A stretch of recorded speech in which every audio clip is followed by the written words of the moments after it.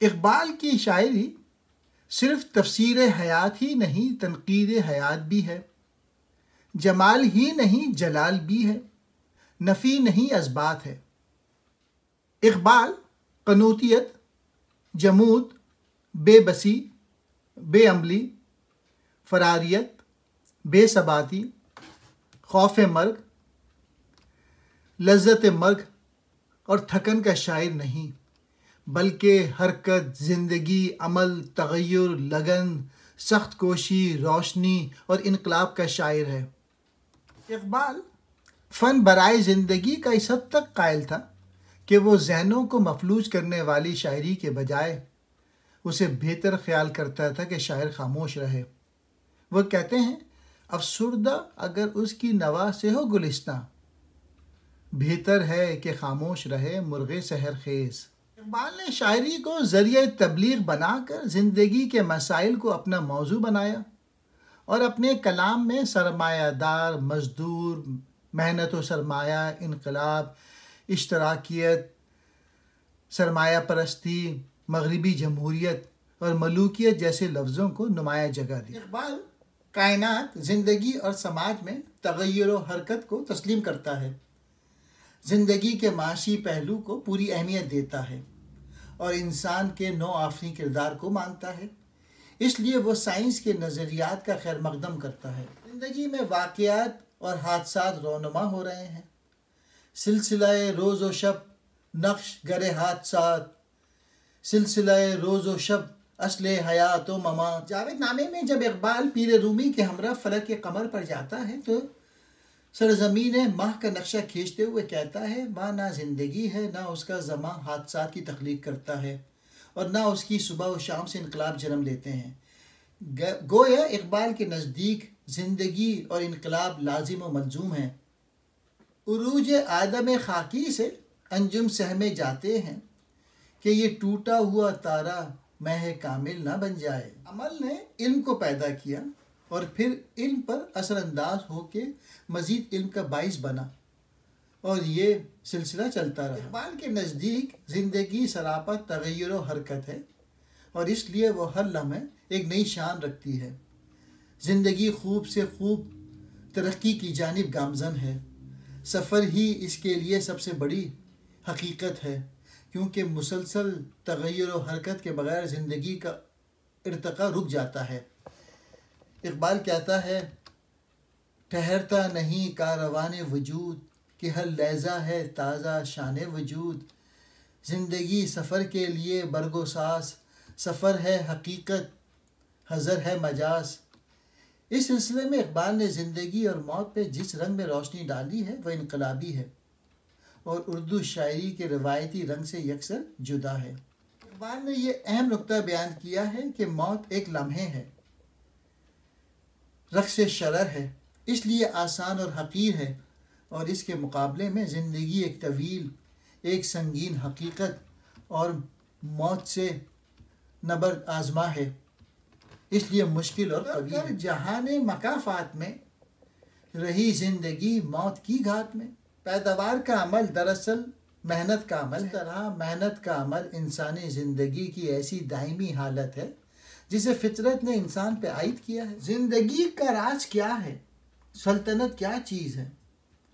اور یہ سرمایہ و محنت میں ہے کیسا خروش؟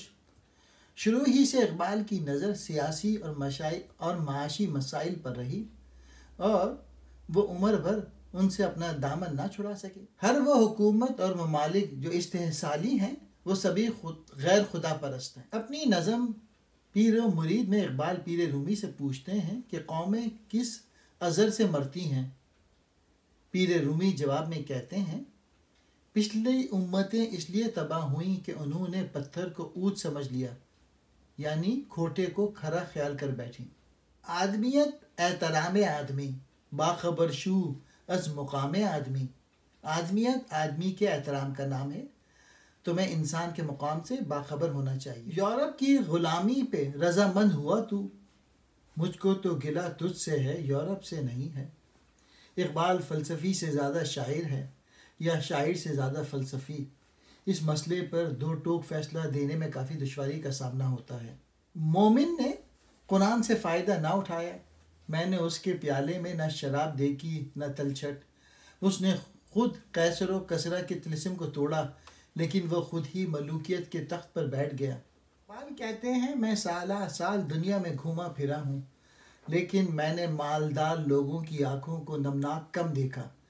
یعنی امیر لوگ لاکھوں مفلس انسانوں کی بدحالی کے احساس سے عاری ہوتے ہیں۔ حکمران طبقہ عیش و عشرت میں غرق ہے اور نادار و مظلوم عوام زندگی کے دن پورے کر رہے ہیں۔ انسان جو جز و کل کا رازداں ہے اپنے آپ سے بیگانہ ہو چکا۔ زمانے کے انداز بدلے گئے، نیا راگ ہے ساز بدلے گئے، ہوا اس طرح فاش راز فرنگ کہ حیرت میں ہے شیشہ ساز فرنگ۔ پرانی سیاست گری خوار ہے، زمیں میر و سلطان سے بیزار ہے۔ گیا دور سرمایہ داری گیا، تماشا دکھا کر مداری گیا۔ گراں خواب چینی سنبھلنے لگے، ہمالیہ کے چشمے ابلنے لگے۔ اب آقا کی آقائی گئی، غلام کی غلامی گئی، زاری و قیصری کا دور ختم ہوا اور سکندر کا زمانہ گزر گیا۔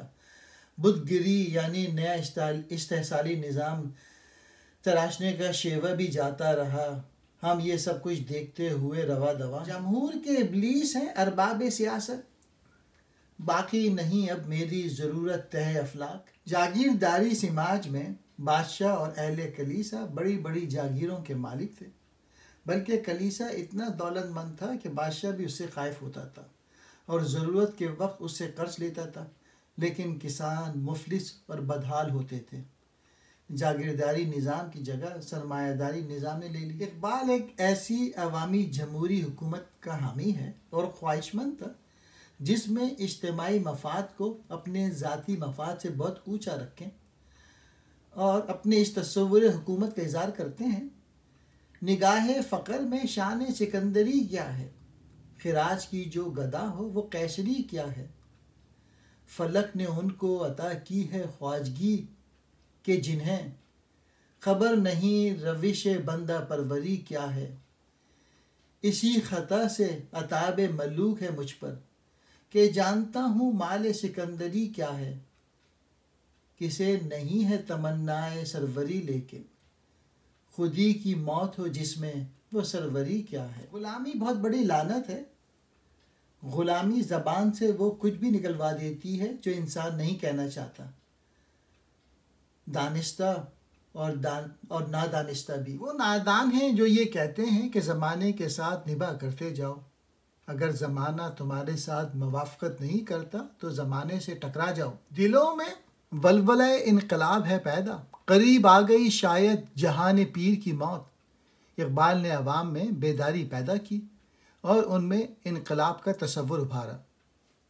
اقبال کے عام تصور کو اقبال نے اپنے کلام میں کئی جگہ پیش کیا ہے۔ جس میں نہ ہو انقلاب موت ہے وہ زندگی، روح امم کی حیات کشمکش انقلاب۔ انقلاب کے بغیر زندگی فرسودگی اور بے حسی کا شکار ہو جاتی ہے۔